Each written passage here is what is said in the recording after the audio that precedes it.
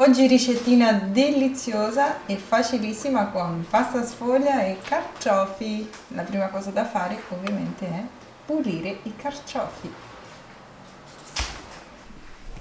Io ho il mio aiutante che mi sta pulendo una parte dei carciofi. Tacchiamo le foglie esterne per le pulire.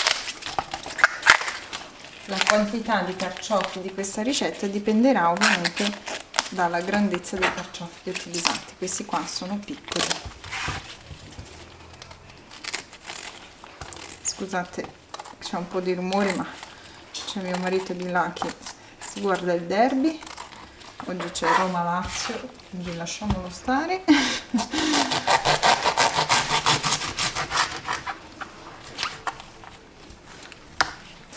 Ok, fatto questo vado a tagliarli a metà, tolgo la barba, rimuovo tutta questa parte viola perché è fastidiosa, sbuccio il gambo che è buonissimo,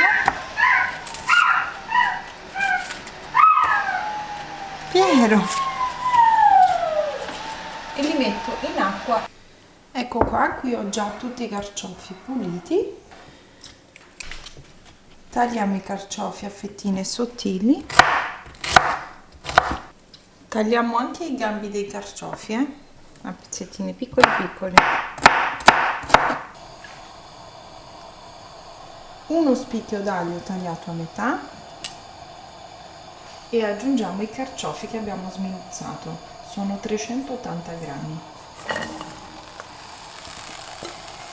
Un pizzico di sale. Un bicchiere d'acqua, abbassiamo la fiamma, copriamo e facciamo cuocere per il tempo necessario a far diventare morbidi i carciofi. Se li avete tagliati sottili sottili, 10-15 minuti sono sufficienti. Ecco qua, sono passati 15 minuti di cottura, i carciofi sono diventati belli morbidi, tolgo lo spicchio d'aglio. In questa ciotolina ho messo un cucchiaio di farina che sono 25 grammi, aggiungo 125 ml di latte e mescolo bene. Se non siete sicuri di aver sciolto bene la farina, filtrate in modo da evitare i grumi.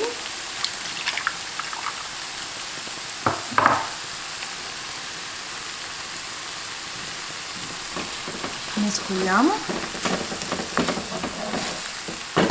Spengo la fiamma e la farina continuerà a cuocere con il calore che c'è in questa pentola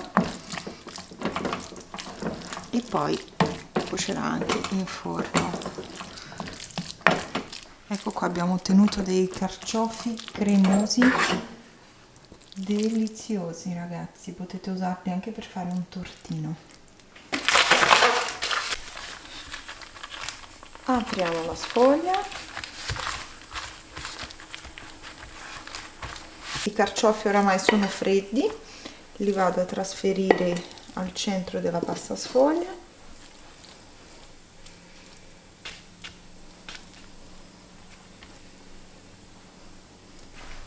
Una mozzarella, questa qui pesa 125 grammi, e la vado a sbriciolare al centro in questo modo.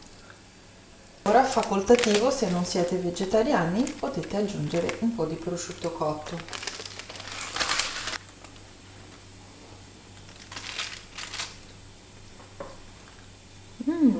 Che buono questo prosciutto, buonissimo. Un taglietto qui, uno qui e la stessa cosa anche dall'altra parte, così, e pieghiamo questo verso l'interno e anche quest'altro. Ora questi vado a tagliare delle striscioline, 2, 3, 4, ci sono avanzate in questo modo, così e così. Ok, riuscite a vedere bene?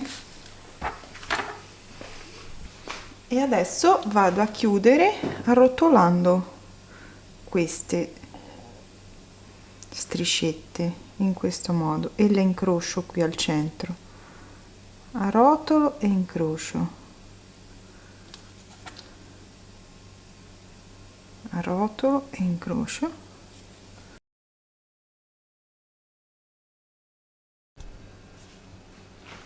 Spennelliamo con un po' di latte oppure con un tuorlo d'uovo, un po' di parmigiano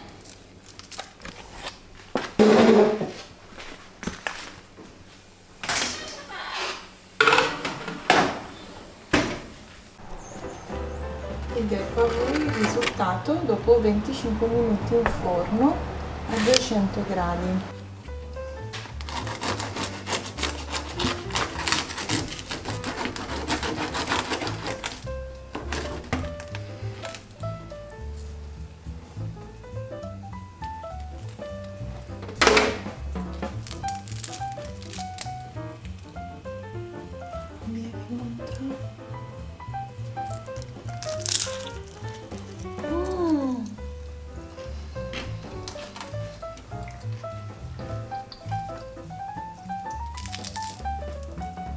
Una squisitezza, ragazzi,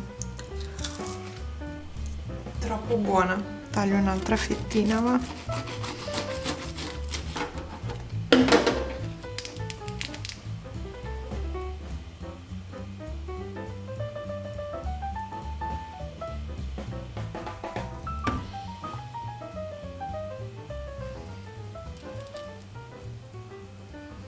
Se questa mia ricetta vi è piaciuta, condividete il video. Un bacione e ci rivediamo presto sempre qui su Ricette di Gabri.